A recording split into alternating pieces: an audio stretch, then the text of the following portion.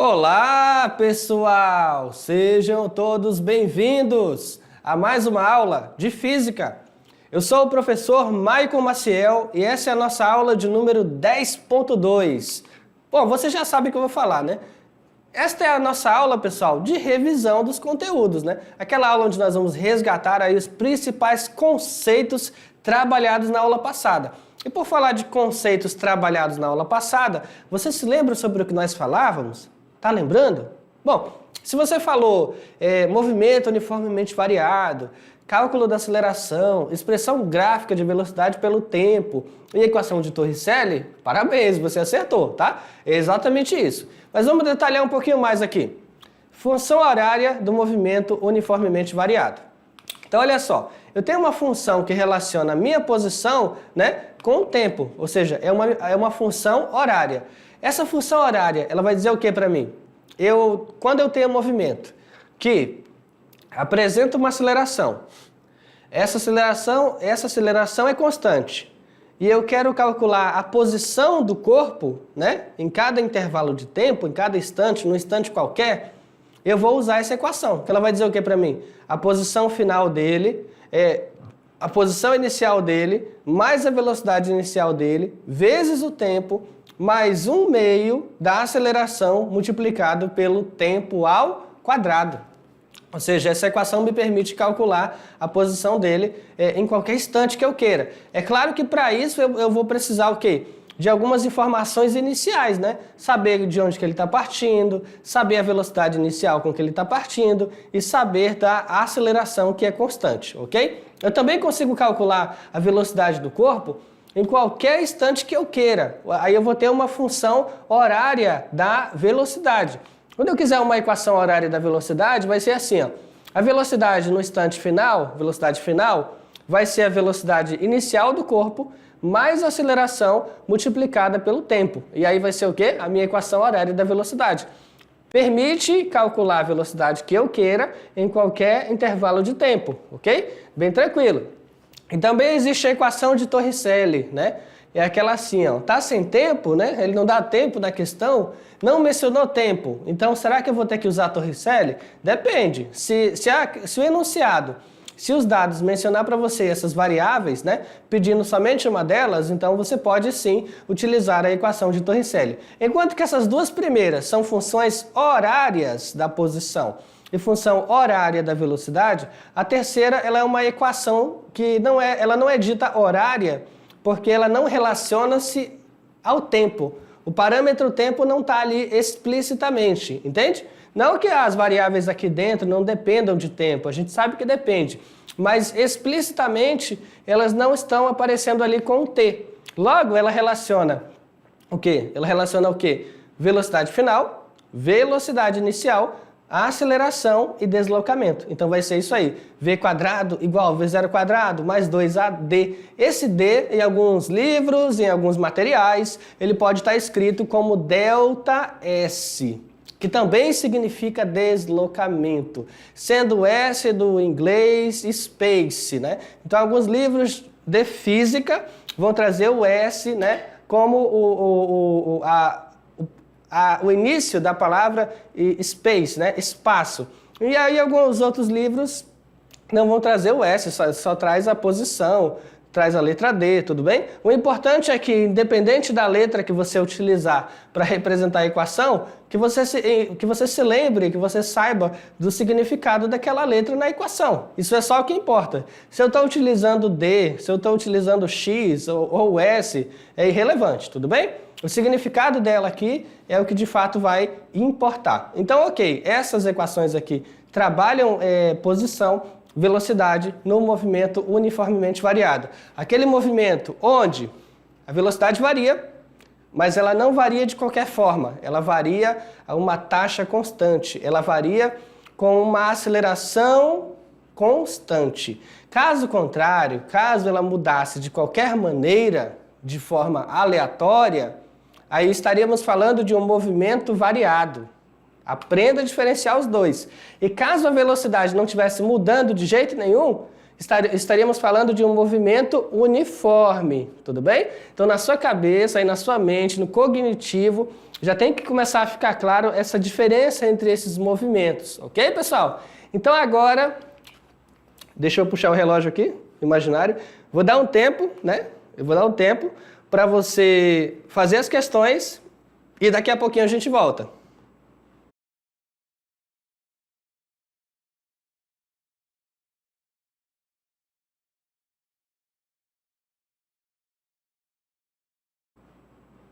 Opa, acabou o tempo. Espero que você tenha tentado fazer as questões. Mais do que isso, espero que você tenha acertado, mas a gente vai descobrir se você acertou fazendo agora a nossa correção no passo a passo das questões. Então, primeira questão, vamos nessa. Caminhadas famosas ao redor do mundo. Vamos lá, questão 1. Algumas caminhadas realmente marcaram nossa época, como o Caminho de Santiago, na Espanha, por ter sido mencionada por Paulo Coelho pela famosa peregrinação de fiéis até a cidade de Santiago de Compostela. Esta é uma das caminhadas considerada de pouca dificuldade, mas muito conhecida.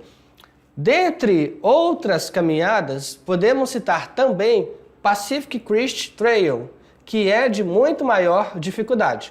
Inicia-se no México, atravessando os Estados Unidos e indo até a fronteira com o Canadá. Então, são quanto? 4.260 quilômetros de trilha. Fazem desta uma das mais duras e de maior apelo em virtude das paisagens, desafios e de resistência exigida. Enfim, existem caminhadas para todos os aventureiros. Desde trilhas simples e curtas, que se pode realizar em apenas um dia, até algumas que levam semanas para serem completadas. Olha que bacana! Então vamos pensar aqui, né? Com base nesse texto, você deve estar aí refletindo, né? Será que você caminha muito, caminha pouco? Você é um aluno ou aluna sedentário, não sai do sofá, né? Assistindo televisão, ou é uma pessoa que caminha bastante. E esse bastante que você caminha é relativo? Por exemplo, você costuma fazer trilha? Já fez uma caminhada tão longa quanto essa que está mencionada no texto? Ou pelo menos parecida? Pensa aí. Vamos lá, pessoal. Considere que uma pessoa percorrendo um certo trecho em uma trilha faça um determinado percurso em linha reta. Essa pessoa percorre os 20 segundos iniciais a velocidade constante de 2 metros por segundo. Ok. Em seguida, ela percorre os próximos 8 segundos com aceleração constante, de 1 metro por segundo ao quadrado. Então, a distância percorrida pela pessoa em metros nos 28 segundos de caminhada é... Então, olha que questão, né? Olha que questão que você tem que tomar cuidado. Por quê? Porque ela não é uma questão que se resolve com apenas um tipo de equação. Tá? Tem que tomar cuidado, tem que ficar atento. Vamos voltar aqui. Olha só, essa pessoa percorre 20 segundos iniciais com uma velocidade constante de 2 metros por segundo. Ou seja, a primeira etapa do movimento aconteceu o quê? Em movimento uniforme. Logo, você vai ter que utilizar as equações do movimento uniforme para essa primeira etapa. Toma cuidado, né? Os detalhes, tudo está nos detalhes. Então, velocidade foi constante nesse trecho, você está o quê? Tem que deixar atrelado as equações do movimento uniforme nessa primeira etapa.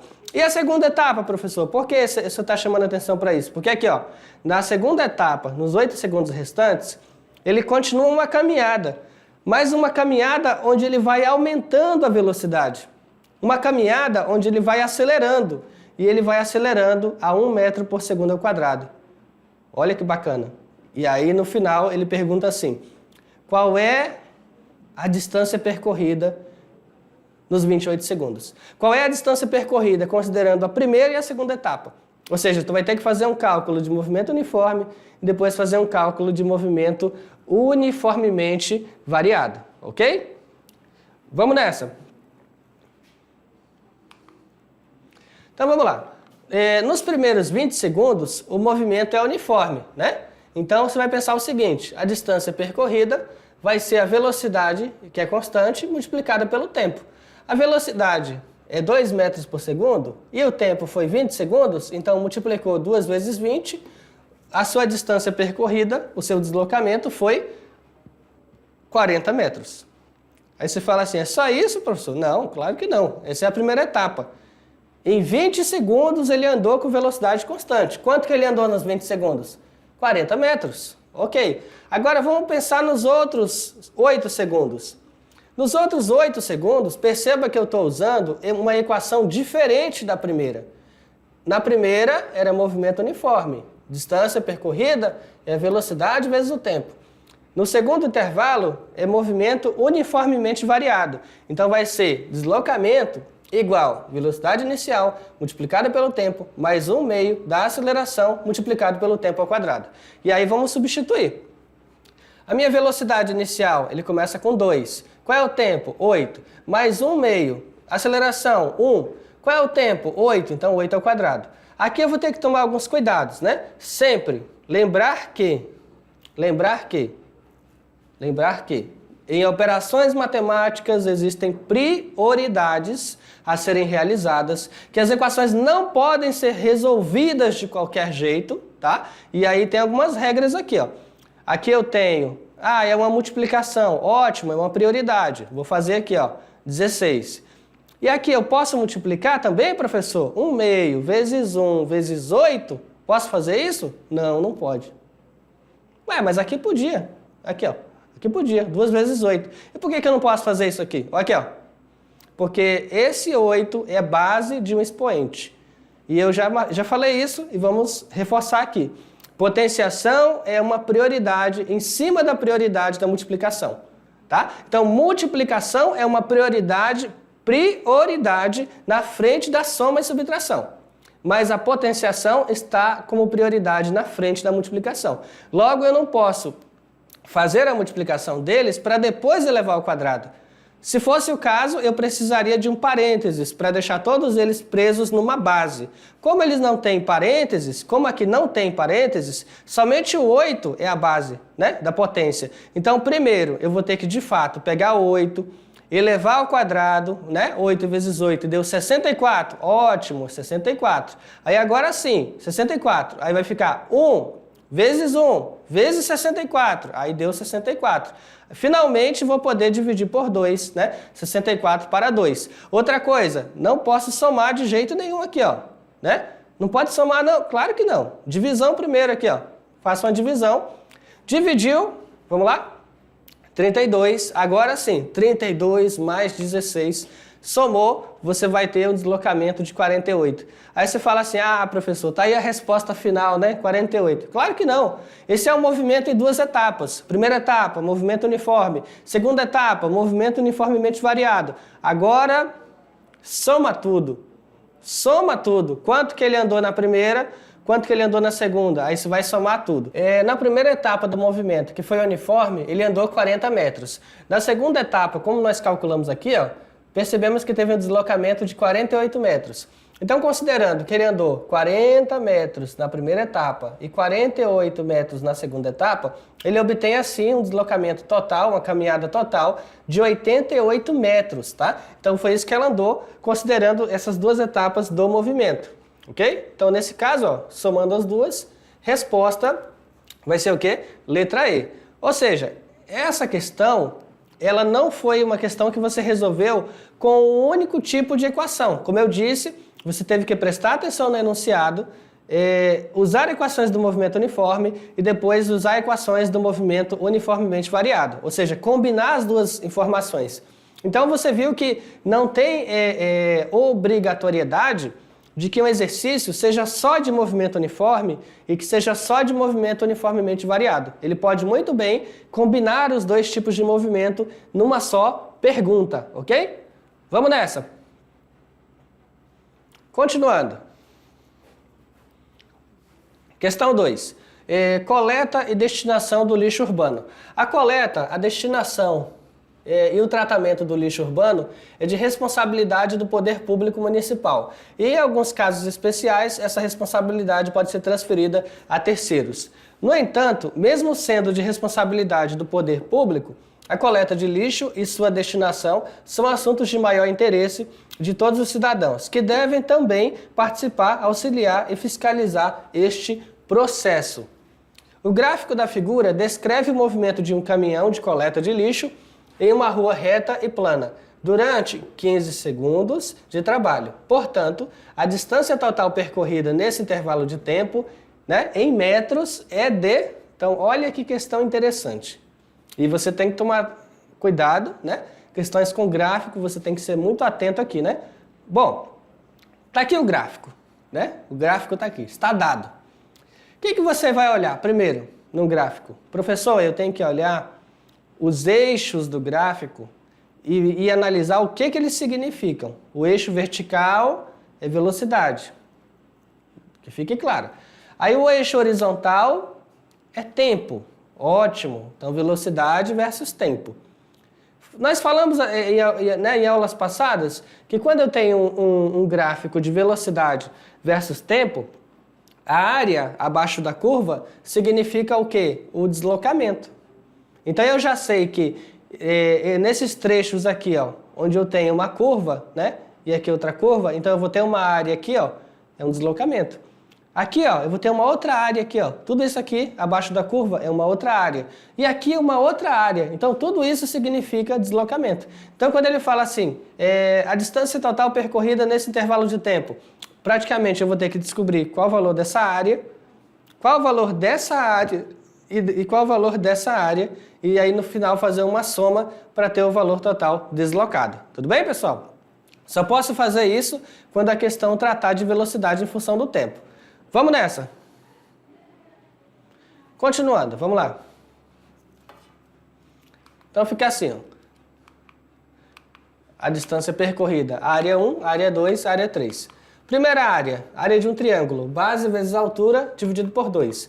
A base, né? A base, contabilizando daqui até aqui, a base é 3, a altura, analisando no gráfico, vai ser 8 e dividido por 2. Então, 3 vezes 3 vezes 8, 24, para 2, você vai ter que a área 1 é 12. Numericamente, né, a área 1 é 12. Área 3 também é um triângulo, né? Então vai ser base vezes altura sobre 2. Só que a área 3, a base dela é menor, é 2. Então 2. E a altura dela é quanto? A altura é 12. Então tá aqui, ó, 2 vezes 12 dividido para 2, que 2 vezes 12 também dá 24. E dividido para 2 também dá 12. Então, a área 1 e a área 3 são iguais entre si. Ambos valem 12. Agora, área 2, né? Vai ser o quê? Um trapézio. Então, vamos ter o seguinte, o trapézio, base menor, base maior, multiplica pela altura e divide por 2. Base menor, daqui até aqui, 2. Base maior, daqui até aqui, 4. E a altura? Qual que é a altura? 12. Então, 2 mais 4, o resultado disso multiplica por 12 e divide por 2. Então, 2 mais 4 dá 6, vezes 12, 72, dividido para 2, 36. Essa vai ser a área 2. Lembrando que eu vou ter que ter a soma das 3 áreas, né? Eu vou ter que ter a soma das 3 áreas. Então, somando as 3 áreas, vai ser 12 da primeira área, mais 36 da segunda, mais 12 da terceira, que vai me dar o quê? 60, né? Então essa aqui, área total, 60. Como significa o deslocamento? 60 metros. Então vai bater aí com a letra C, ok? Um paraquedista de 80 kg em queda livre leva 3 minutos após a abertura, início da contagem do tempo, do paraquedas, para atingir o solo de uma altura de 1.700 metros. O gráfico a seguir representa a velocidade do paraquedista nos primeiros 2 minutos de abertura. Qual a aceleração média sofrida pelo paraquedista durante a queda? Então vamos lá. Opa, aqui. Podemos, pelo gráfico, né? Percebemos pelo gráfico que a velocidade deixa de variar a partir de 100 segundos, onde então ela se mantém constante. Então aqui a velocidade está variando bastante. Quando vai chegar aqui, ó, em 100, ela quase praticamente fica constante, certo? Então nesse caso, eu posso usar a equação da velocidade do movimento uniformemente variado. Onde ela começa a ficar quase constante, quanto é a velocidade? Quanto que é a velocidade? 5. Então 5 Inicial dela, 45. Aceleração, não sabemos. E o tempo? Quanto tempo levou? 180. Então, olha só, 5 menos 45 igual a A vezes 180. Isso vai nos dar menos 40 igual 180 vezes A, ok? E menos 40 dividido para 180. Vamos ter o quê? A é igual a menos 0,22 metros por segundo ao quadrado. Vamos lá, pessoal. Questão 4.